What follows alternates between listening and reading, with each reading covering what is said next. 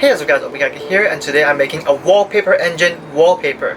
Except that I'm terrible at editing actually, which is why there's a collaboration between me and WrighterLights, an editor which, if you're a Frozen or Disney fan, you may have known for some of his edits right here. I've enlisted his help to make a wallpaper for me that I can edit in Wallpaper Engine. I just told him, make something that's Frozen related because that's what people on my channel watch. I completely don't know what he's made, haven't seen it yet, but I'm interested. He sent me a video already, so let's watch it together. Take it away, WrighterLights! Alright, hello, this is WrighterLights side. What I have to do here today is to edit for Ron and he will animate. So far the concept I want to do is that it's just about normal animation that Ron can bring up. I'm not gonna make this too hard for Ron, and so I'm gonna make it quite basic. What I got so far is just gonna put them on a new background. Very simple. First start, we're gonna mask it, which is very boring if you ask me, like I always said on my channel. So yeah, let's get into the masking.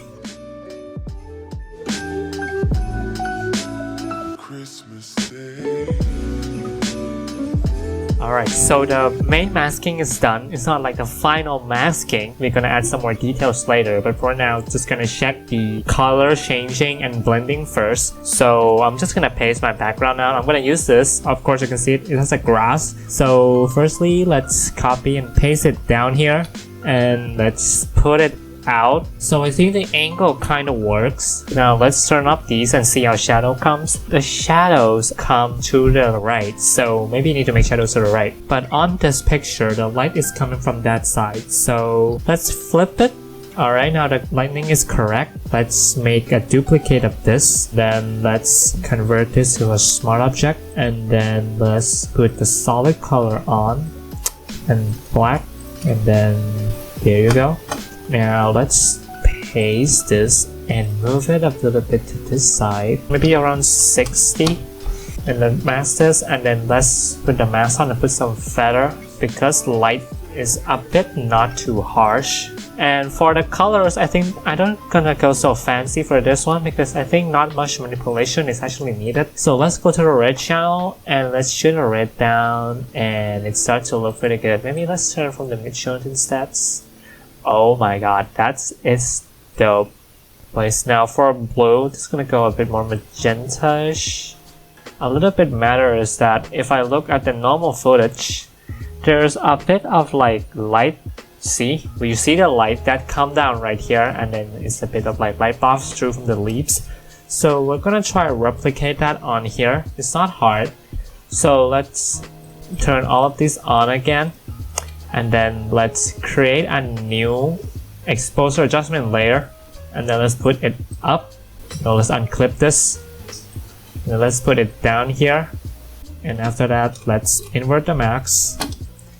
And very soft brush flow, maybe around 10%.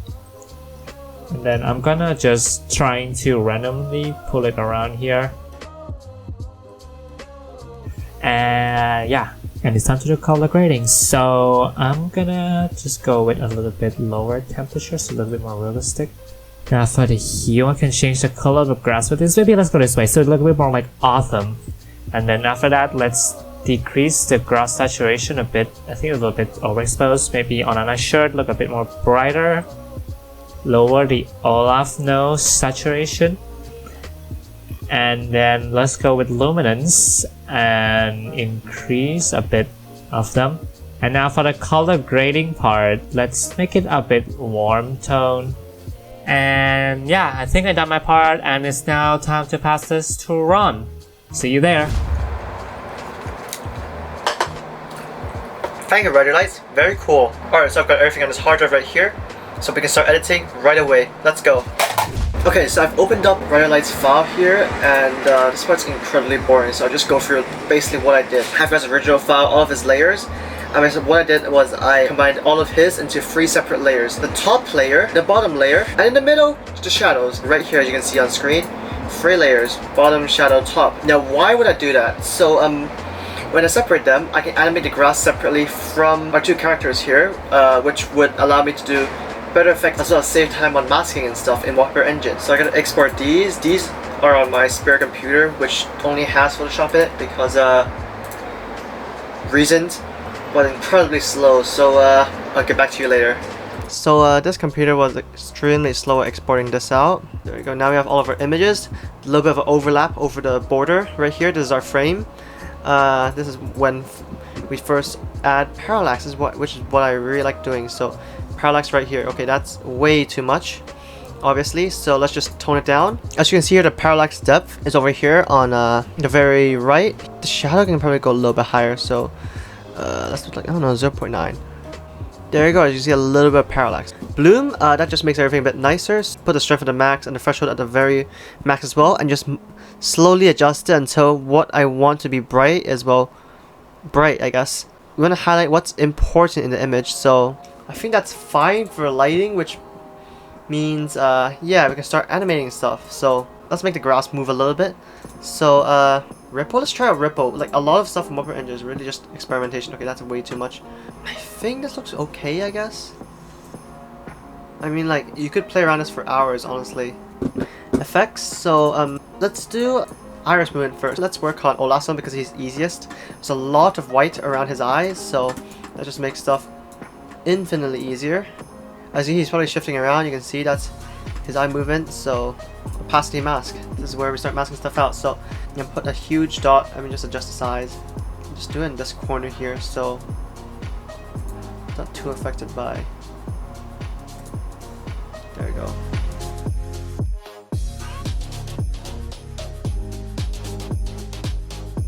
I'd say that's pretty convincing, but obviously the speed's like a bit high. There you go, looks pretty nice actually.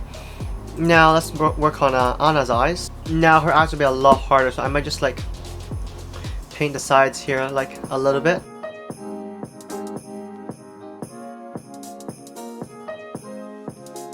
Good enough, let's move on to something else. Actually, let's just animate Olaf's branches first because yeah, let's do that first. Foliage sway might be a bit better, but obviously we don't want this to just sway the entire image, so paint it out.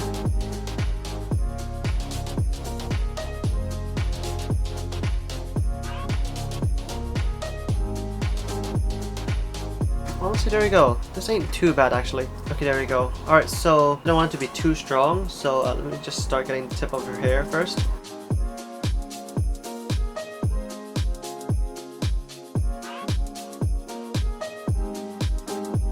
Oh, kind of nice actually. This part of the hair, as you can see, it's all held together in a braid, so her hair is secured in place. Really no point on animating it. Yeah, this is a calm image, there's not really much I can add. Add leaves. I totally didn't take like an hour on this. But yeah, let's move on. So let's add some breathing, let's add some lights.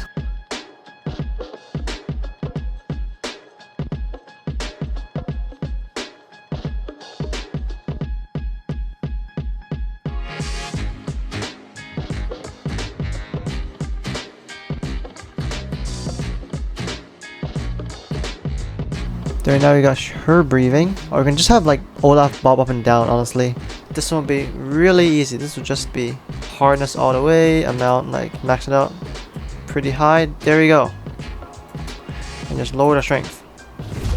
Okay, so I worked on this off camera and nothing much really that's important. I just adjusted the mask a little bit, added the watermarks, which is simple enough. For people who are using this wallpaper in 16:9, the borders will be cut off and the watermark will also be cut off. So I figured it's best if we put it slightly to the side here, which should be fine. I hope he doesn't mind too much, but again, nothing much. The leaves here, I finally fixed them. I basically shoved the video into Vegas here. Ignore this track, this is an old test from earlier. But right here, I recorded this in 60 FPS on OBS, 1920 by 804, shoved it in, and basically I just kept it playing until I found a point where there are no leaves and it looped, and I just put a S-Dissolve Luma here and made sure that it looped perfectly and rendered this. As you can see, the watermark follows the image, it's pretty nice. And as a wallpaper as well, it works out really well. So as you can see here, it lowers off a little bit by my bottom bar, but if I remove that, it's really well, like it fits the page and it's really nice. One thing I forgot to add is I also did some optimization. So the original image was 8K. And I doubt anyone really has an 8K monitor, so it ate up so much VRAM, ate up like 1.2 gigs. That's not acceptable, so I shoved it down to 4K. So now it's using 313 megabytes of VRAM, which is very nice. I haven't tested this on my laptop yet, but I've already tested it on my phone, which seems to work pretty well. But yeah, I just shoved textures down, optimize them as well as I could without destroying quality. Here I add pulse, which is where the image pulses bright and dark every now and then, pulse amount. If I turn it up, you can see it pulses up and down.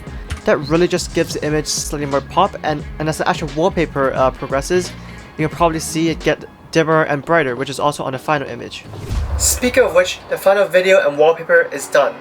The video can be found on WrighterLights Instagram. The final wallpaper is down in the description below on Wallpaper Engine. You can download it right now and have it on your desktop if you own Wallpaper Engine. Anyways, go check it out right now, and thank you so much, WrighterLights, for letting me have this opportunity to work with you. This is insane. This is such a good edit, and I can't wait to have more edits with him someday. Who knows? But anyways, I hope this is interesting, informative, or whatever. Thank you so much for watching. Check it out right now, and well, see you next time. Bye!